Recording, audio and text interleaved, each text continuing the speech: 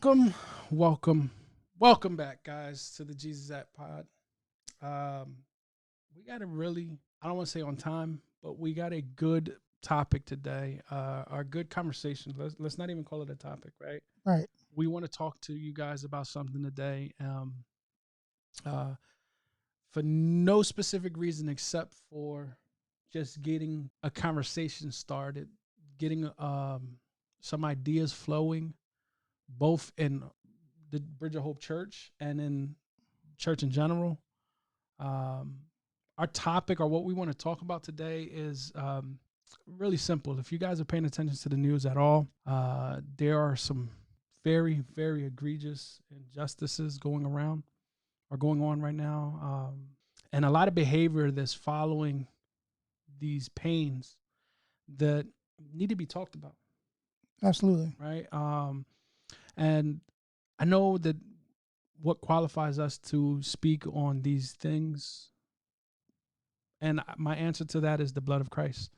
We want to share our kind of point of view, our kind of perspective, being Latino, Christian Latinos, and Puerto Rican. Let's clear that up, and then just talk about it. Right? Yeah, Bring it out. I think that's I don't want to be good part. I didn't mean to be so somber about it. I know. I'm waiting here. I thought something was happening.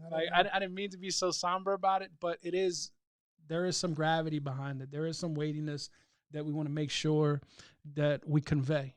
But we can speak about this topic without the doom and gloom, because we have hope in all things as Christians. The number one thing that we have that kind of differentiates us from everyone else is it's a hope, right? And this too shall pass, and we're striving for something better. So with that said, we have Pastor Joe, as always, from Brother Chelo, and we're just going to get into it. We're going to ask our pastor to share some of his thoughts, some of his ideas, and we're going to flow from there. Amen? I hope so. I hope so. All right, Joe. So just share your heart right now on what's going on.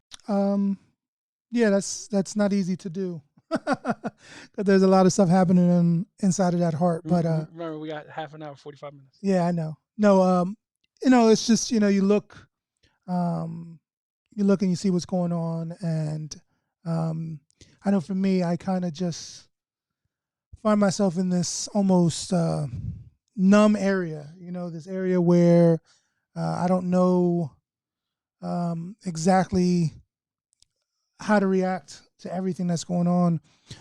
But I do know that I have been convicted to, at the very least, say something about what's going on. We have seen injustices happening throughout our country from its very beginning, and now we find ourselves staring at them again. And so all I can think about as we see everything that's going on is, what do we do? Right, what do we do? And I kind of view it in two phases or two areas, however you want to say it. What do I do as a Latino, as a minority, who has my perspective, because I'm a Latino and a minority, and more importantly, though, I think, how do I address this? How do I view it? What do I do in light of the reality that I'm a believer, that I'm a Christian, that I'm someone who says he loves and follows and seeks after Jesus Christ? So I'm kind of trying to find this balance, right, of how those two things come together, keeping in mind that the part of me that I really want to address is the fact that I'm a Christian. That's what I am.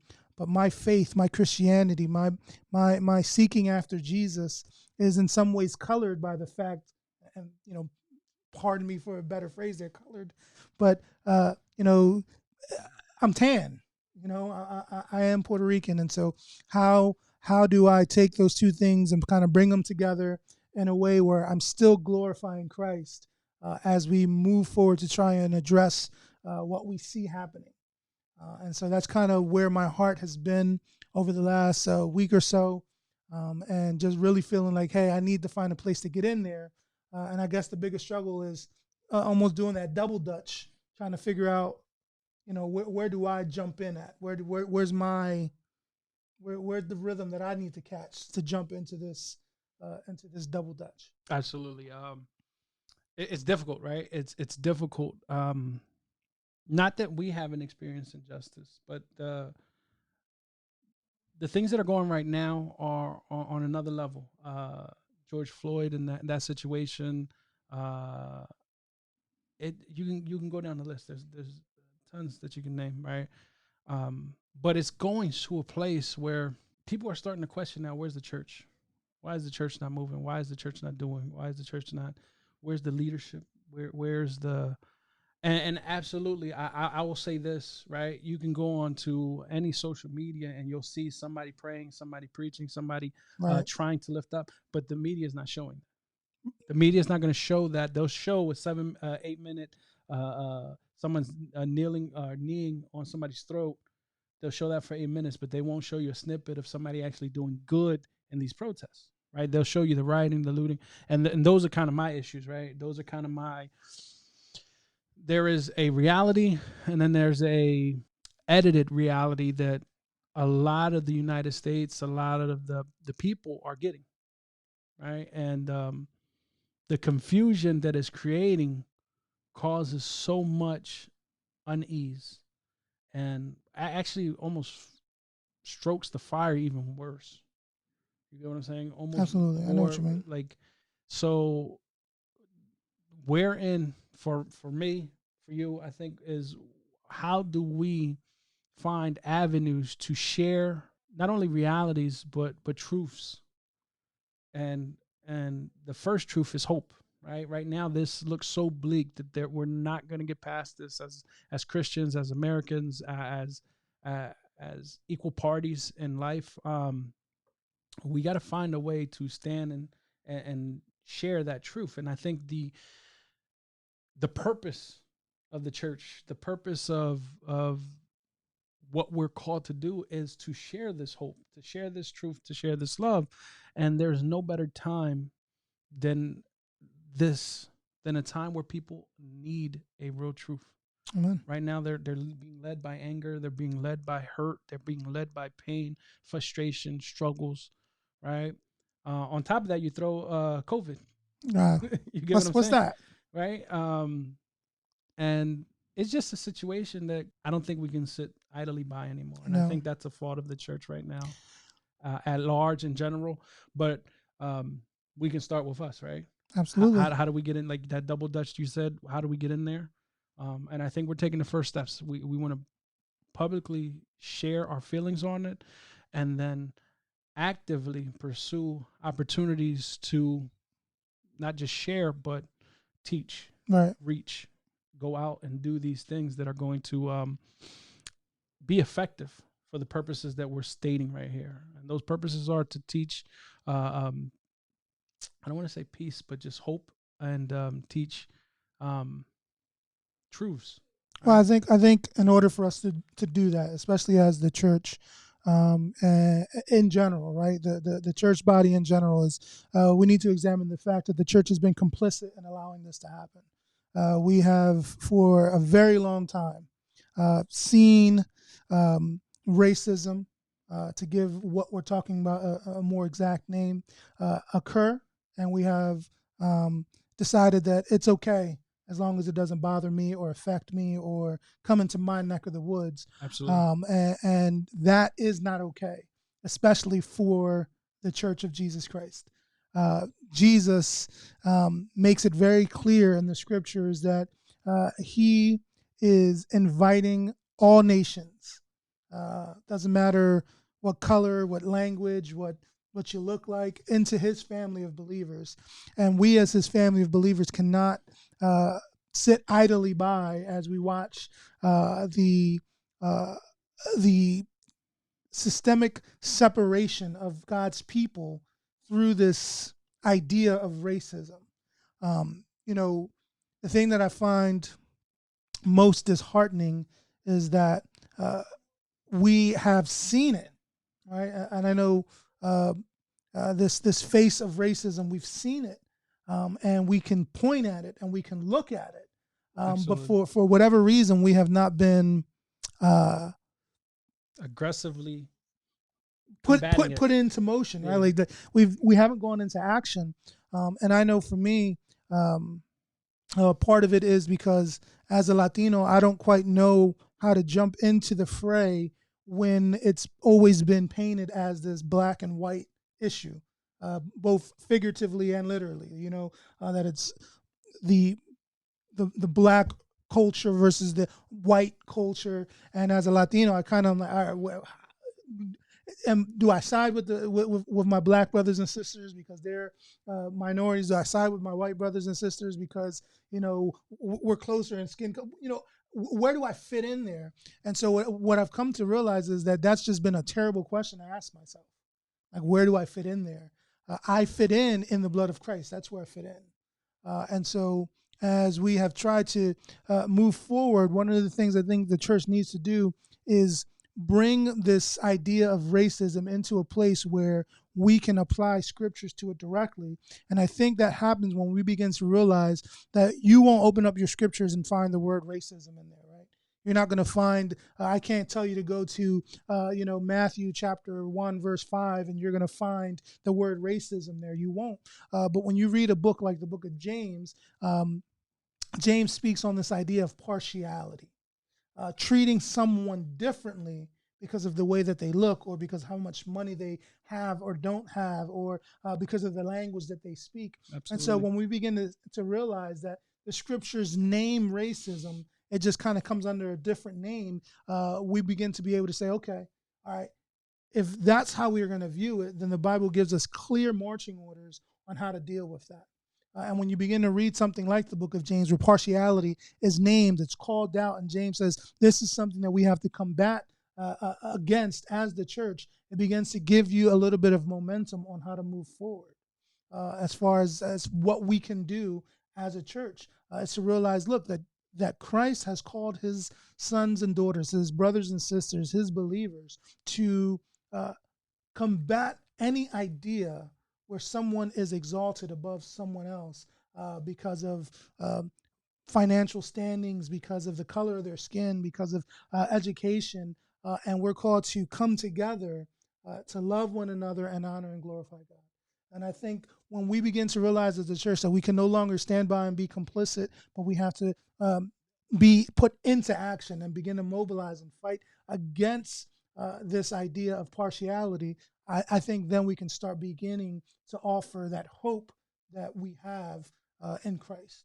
And see, I think you hit on something right there.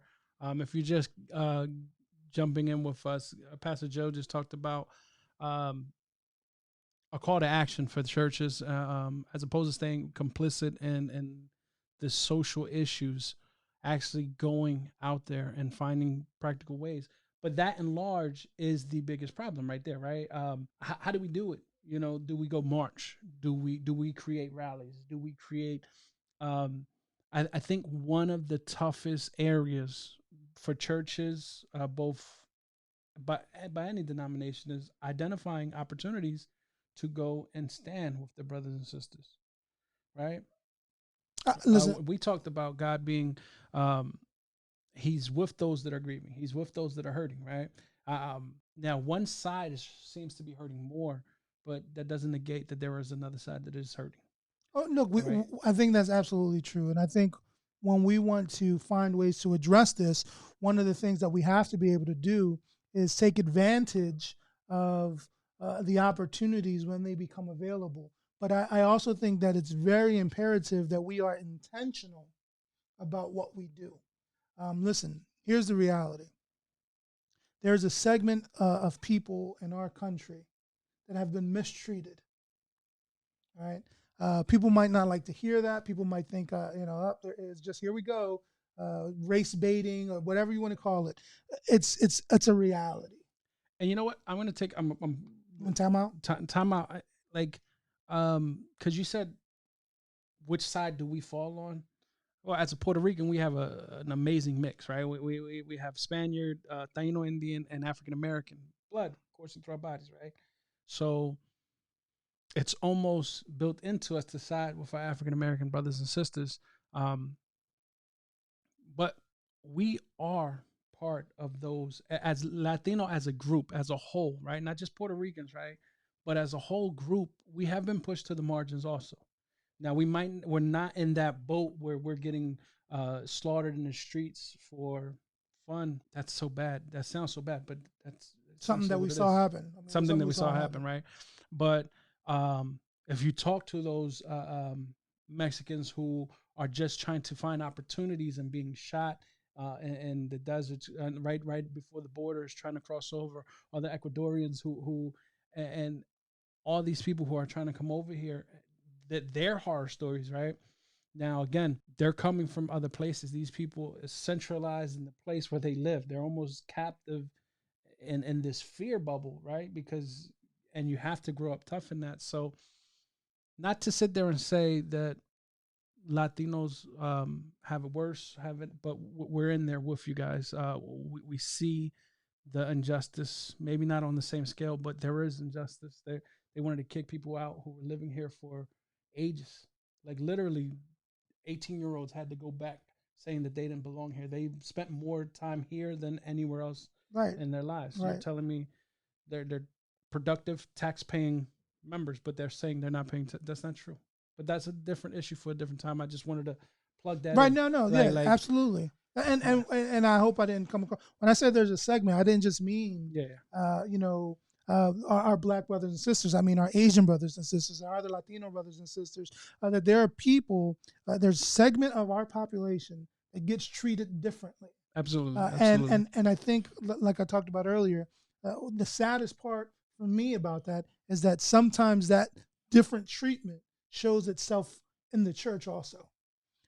And listen, I am not. I'm not going to be overly ambitious and believe that we're going to be able to change everyone's heart from wickedness, right?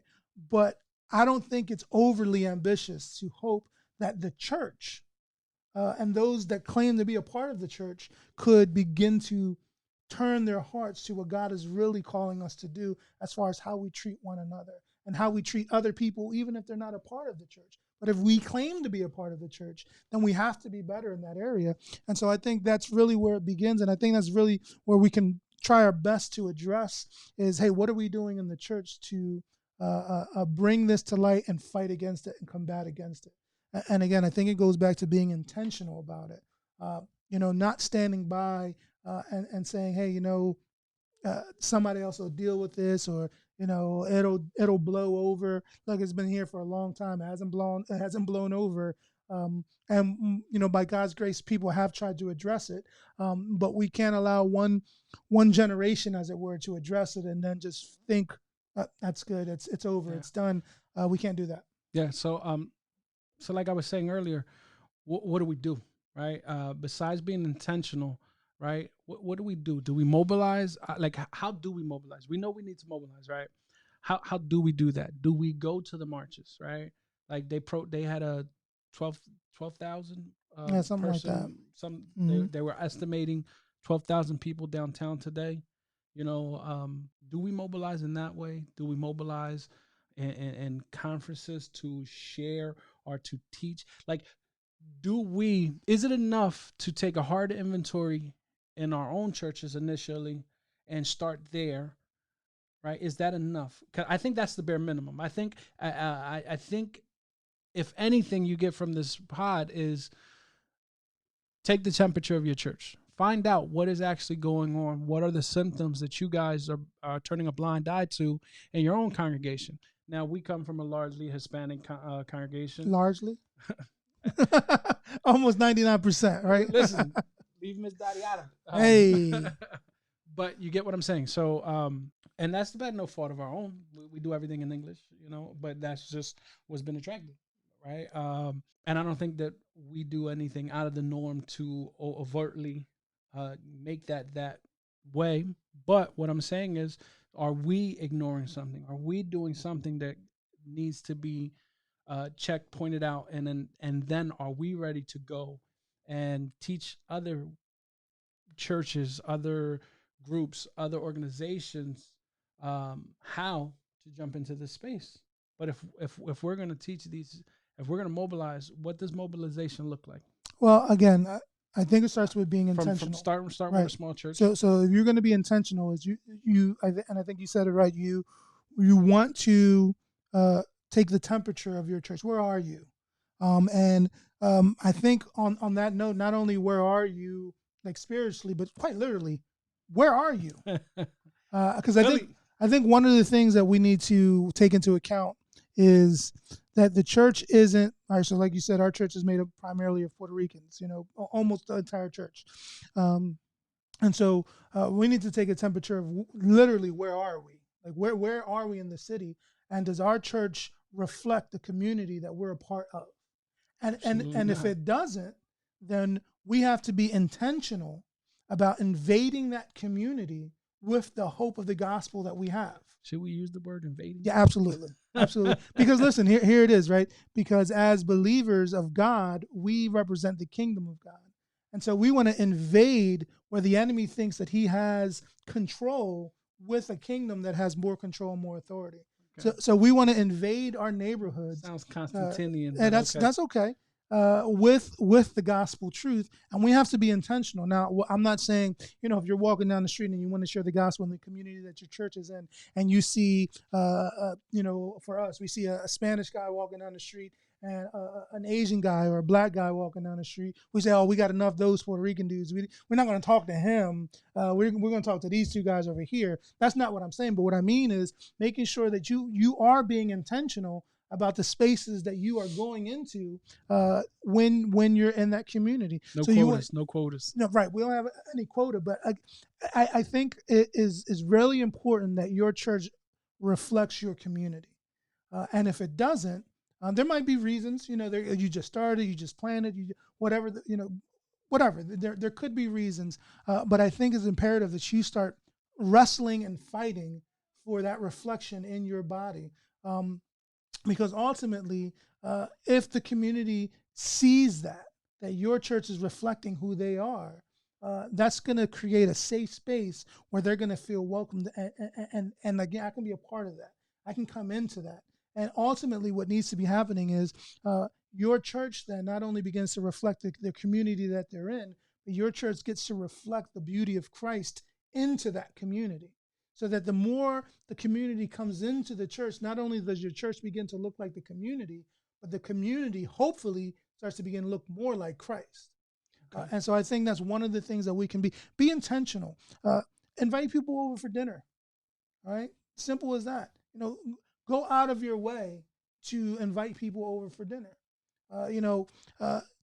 Go to the spaces that are in your neighborhood and in your community, right, where people gather. One of the most successful things we have ever done as far as outreach is when we work with Jeff. Shout out Jeff. And we were going with him out to the basketball courts with the Gatorade and water, right? And we were going into those spaces that were neighborhood areas where everyone would come together and play basketball, right? And in those spaces, we started having conversations with people that we probably otherwise would never have had. And we began to have relationships with people that we never have had, to the point now where I've seen several of those guys out on the street and they don't remember my name, but they remember me and they remember what we as a group were trying to do. They remember the movement. Right. They remember what we were trying to do for them and the way that we reached out to them and how we were trying to give them some positive place to be a part of. And so they still remember that. And I think those are the kinds of things that we need to do. But on top of all of those things, I think the other thing we need to do is we need to be consistent about it.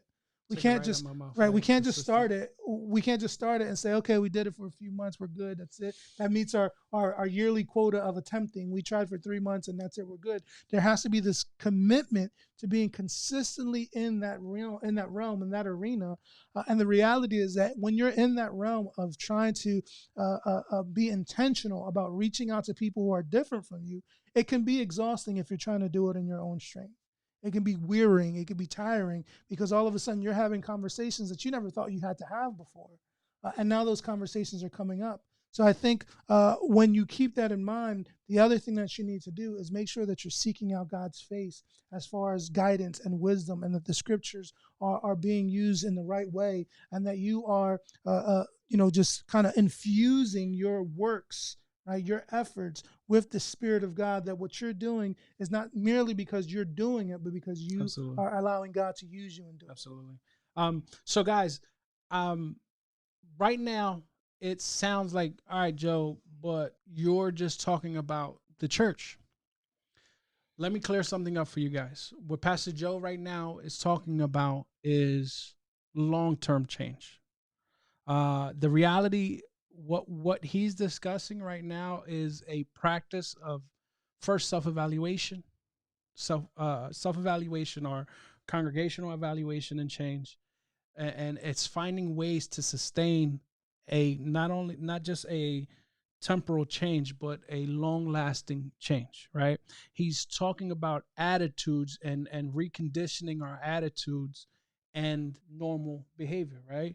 He's not just saying, all right, let's go march for however long they're marching and then we can come back to normal. Absolutely not. What we're saying is, the way pastor's thinking is the way that the church, especially smaller churches, can start being advocates and champions of social change and social justice reform is by first engaging their congregants, their Their body, body. um, and making sure that they're right, are as right as they can be, and then from there move forward intentionally, not only changing their behaviors but how they engage the community. See, I think you did it perfect, right? Because everybody wants, all right, we need to go out there and do something now. There is a time, there is a place for that. But just like the NFL, Malcolm Jenkins, he's very a big advocate for social justice with the NFL, and he kind of got in trouble or called out for the Colin Kaepernick issue, when Colin Kaepernick was kneeling during the flag. He was like, "We get that. Now it's what's next. Now we got to take it to the next level," and that's what Pastor Joe was trying to share. If we start to change actual behaviors, it's like a diet. Everybody wants to go on these fad diets and they don't last because they're just changing they're changing what they eat, not their lifestyle, right? If you're still, you can eat whatever you want if you're eating it at 12 o'clock at night and then going to sleep, it's not going to help you. I don't know if I'm the one you want to talk to about diets. Bro, we look like a before and after pic right now. But nevertheless, what we're talking about is actual God-driven, God-delivered, life-sustaining change. We're not talking about a temporal change that, all right, I check my temperature right now, we need to cool it off or we need to heat it up, and then it's forgotten in a couple months. We're talking about actual legitimate change, because once that community your church starts to reflect that community, now you can impact that community.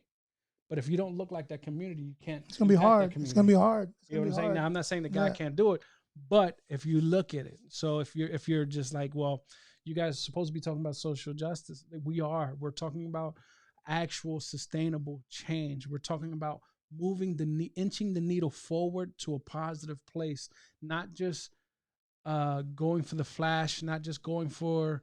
Now, again, those things are needed. Protesting, peaceful protesting, proper protesting is absolutely needed, right? But if those protests are led without any real leadership, any real desire to grow to a next place, you're going to get the aftermath of what we saw, which is the foolish looting and the bombing of the ATMs and all these things that aren't what the protesters were envisioning or what they wanted. No. I mean, again, listen, and there's no way I can condone any of that stuff. But a part of me can understand frustration and anger turning into behaviors and actions that aren't going to be as beneficial as maybe you think they will be or hope that they would be. That's no way to condone it, but I can understand someone being angry and frustrated. I get it. But I think, to go back to what you were saying as far as how do we make a difference and moving forward here, is that as much as we want change to come, I think it's also going to be beneficial for us to kind of change the language that we use around the conversation. The church so often is called to racial reconciliation, right? That they want to reconcile the races, right? But I think that that's a poor choice of words, and bear with me here. You mean there is? So what you're trying to say is we don't want to keep saying that there is no color in the church. It's all one color. One of the biggest failures that the church has is this idea of, when I look out into the church, I don't see color. I see hearts that need Jesus. That's a fail. That's a major fail on behalf of it. I don't see any color. That's a fail. I like my color. But it's not just about liking our color. But listen, I know this might be crazy to understand, but God made us this way. He made us to be able to represent him as Puerto Ricans, as African Americans, as Jamaicans, as Koreans, as Japanese, as Irish, as Italian. We were made to represent God in the midst of our cultures, in the midst of our ethnicities. That's why I think for us to say racial reconciliation is just a poor phrasing of what we really want, because the minute we say that, we are instantly labeling this a situation where there's more than one race, and guess what? There's not. You're a human. I'm a human. That's it. There's only one race. And then to say reconciliation, that would be to say that there was a point where these races that don't exist at one point were together and now have to be brought back together. But when you study history, you'll realize that the minute this picture that we have of race right now was instituted, it was instituted to keep people separated on purpose. And it started as this caste system, literally going through the shades of color. The lighter you were, the more privilege you had. The darker you were, the less privilege you had. All right? And you can go back and you can read this in just history. Forget biblical history. Don't forget biblical history.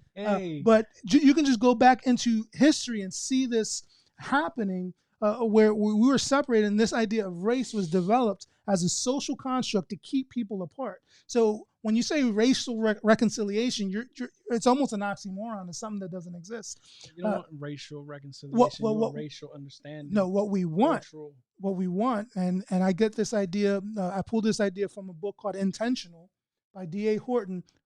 He says, and when I heard the phrase, I was like, there you go. Mexican. Shout out to brother D.A. Horton. He's doing awesome work, and that book is just a powerful tool. I would encourage anyone to read it. I'll put a whole bunch of information in the notes as far as resources that you can use if you want some more background on this kind of stuff. But in the book, he uses the phrase ethnic conciliation.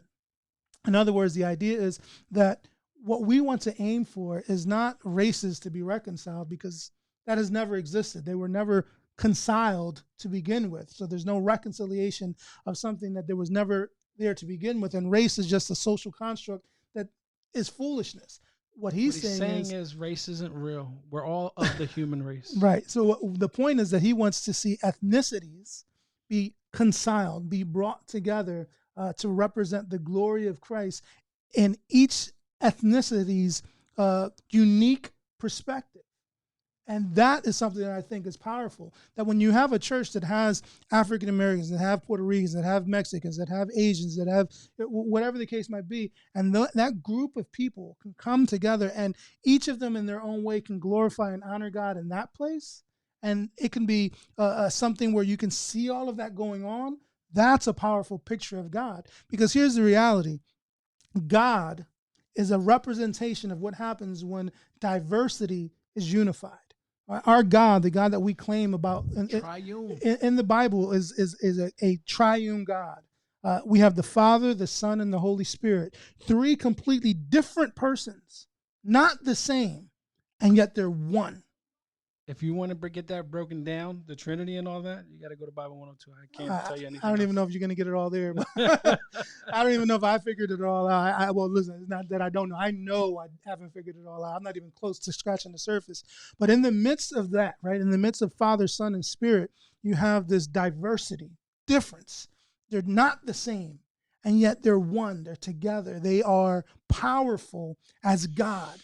And so the Father, the Son, and the Spirit, these three different persons that make the triune God that we love and say that we serve and worship, in his character, in his just essence, there is this unity of diversity, right? Where these things have come together and it's one. And so for us as believers, the picture is painted right off the jump in God that he's looking for this unity in the midst of diversity. And so for us as believers, that's our goal, is not to reconcile this made up idea of race. It's to see the ethnicities that God has created and formed and shaped come together to glorify him and celebrate who they are at the same time. Absolutely.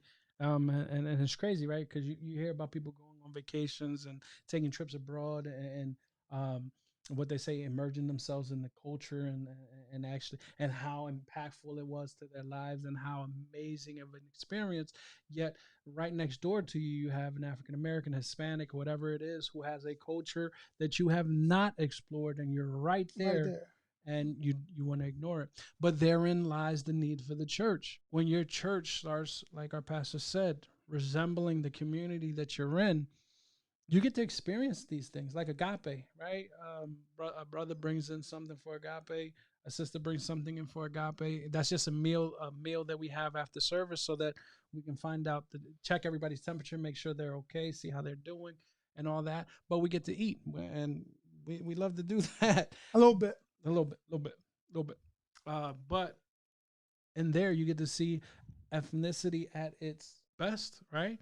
What we eat, how we eat it, why we eat it. Like And that's why I said one of the cafe, at our church, we have to have Brother Rob's coffee. coffee, It's right? ridiculous. And Like, that's why I said one of the main things that you can do, as far as what can I do, invite somebody over for dinner, man. Because absolutely. one, the first thing that it does is shows. What we eat. Oh, I already know what you eat, so I don't need to. I don't need to have you. I don't like you. No, The disrespect. listen. Y'all got it on film now. One of the things that we need to be able to do is have those kinds of situations come up. Why? Because right off the jump, we're having dinner together. We're eating. It shows our similar, how similar we are, because we're all hungry. We all want to sit down and bust a grub. Right there, right there's a common ground right there that you can work off of. And then those conversations, hey, how did you get into the neighborhood? Well, what brought you here? Where do you work? And those conversations can begin to happen. And in the privacy of your dining room table, you can start to have, check this out, difficult questions asked with honest answers. If you remember our last pod, we talked about those ideas. And here, believe it or not, you can use those same principles in building some ethnic conciliation where you're coming together with somebody who's different than you, and because you're able to have a meal and share that sameness there, you can really begin to dig in deep. And if you think some of this is crazy, just go to the scriptures and see how often you see Jesus eating, right? Fish and loaves, the Last Supper. Time and time again, we see Jesus sitting down with a group of people eating. He walked a long way for a feast. And And then he said he wouldn't eat of it again until he came back. right, The first thing he's gonna do when he come back because he won't bust a is take grub. care of us and eat. Like, So, but I think there's a picture there that Jesus was laying out for us, that there in that kind of intimate setting of just sitting down and having a meal with each other, you can begin to break down, barriers, walls. Some people have been through some stuff, man, because of this injustice, this racism, however you want to name it, partiality, and they're hurting. And when you're able to sit down with them and begin to have real conversations with them, and then you're in the midst of that conversation, hopefully presenting the gospel with love and mercy and grace, some of those walls can start to come down. And then all of a sudden, you have opportunities that you didn't have before. that sounds amazing. And before we close, I want to give you an opportunity to share or express how you feel. But let me just kind of resum this up. We're talking about social justice and how small groups or our churches can develop good habits towards working for better opportunities, better situations in their own church. The first one was Being intentional. intentional, jumping in, right? Second, with that being intentional, is temperature, checking the temperature of your church, of your leadership, making sure that they understand that they're right before you go out there. And then the third and fourth, I guess we can blend them, was having your intentional about having your church reflect The your community. community, right? And in that, you'll find opportunities to better serve and better Just reach love. out Just your love. Yeah, community, better right? love your community. Um, and I those were the four, right? And then right there, last you talked about actively seeking opportunities to what is it, ethnic Ethnic conciliation, conciliation. Ethnic and all that conciliation. is opening up to each other about y'all differences. It's okay to be different. What happens is that we start to out of fear, and it's not a fear like I'm scared of you. It's a fear I don't know this, and it's different to Different. me. It's Hmm. weird. It's strange, and that makes me uncomfortable. But the only reason it makes you uncomfortable is because it's strange. It's It's different. different. Hmm. It's not the same. So we love things comfortable and the same. So having those conversations, having those meals, having those opportunities gives you it demystifies those fears, it demystifies those things, and it gives you an opportunity to grow with your brother and sister, right? So guys, understand we are not the authorities on No, anything. no, We'll continue to tell you that to no. our very last pod. But what we are two brothers who believe that Christ can heal. We believe that Christ is in control, and we believe that Christ is calling and leading men to an opportunity to reconcile these issues right now. And we believe that that can be accomplished through prayer, through stretching of our faiths right now. And though it may not seem like we were tackling the issues directly, we believe that we're doing a good job of addressing opportunities for long-term growth, right? So, Joe, before we close out, I just want to give you an opportunity to share your heart on. I think you've touched on a few nuggets here and there, but just a couple minutes on everything that's going on right now, and just whatever you would like to say to those people out there watching right now. Um, I think if I had to go anywhere, it would just be that, and we kind of touched on it already, but the fact that we can't lose hope, right? You know, things are hard, things are tough right now, but we can't lose hope. As believers, that's what we cling to, the hope that we have in Christ. Um, and though right now I know things are rough and things look bleak, um, we have something that we can depend on in Christ. Um, and so, what I see, what I hope to see, is the beginning of the church wholeheartedly addressing uh, injustice, racism, partiality in our ranks, in the midst of our bodies, and then demonstrating the love of Christ to those uh, who haven't yet experienced it. Absolutely. And then I think the other thing is um, just loving each other as brothers and sisters in Christ, and really um, encouraging one another, especially if you've already gone through things like this, if you've already hurt from these kinds of situations, if you've already been looked down upon, if you've already been separated from a body of believers because of racism or partiality, walking with those brothers and sisters and letting them know we're here. You know, as a minority myself, I think it's imperative that I stand and say, listen, I love Jesus enough to say that I'm not going to continue to idly stand by as we see people being treated with partiality. And so I think that's my desire, that's my aim, that's my goal, to begin to trust Christ and seeing change and allowing myself to hopefully be a vessel that he can use for his glory in that change. I'll just piggyback off that or add to that. Idle was a word that you used, and I think that was perfect. I think that's a bad symptom that you see a lot. We're standing here idly offering platitudes and things of that nature, like, oh, God is in control, God can do this, God. Yeah, God is in control, and He's called His church to do those things here on earth. He's calling us to not stand idly by, but actually be active and participate in those communities that we're called to stand in, right? And we've already discussed that.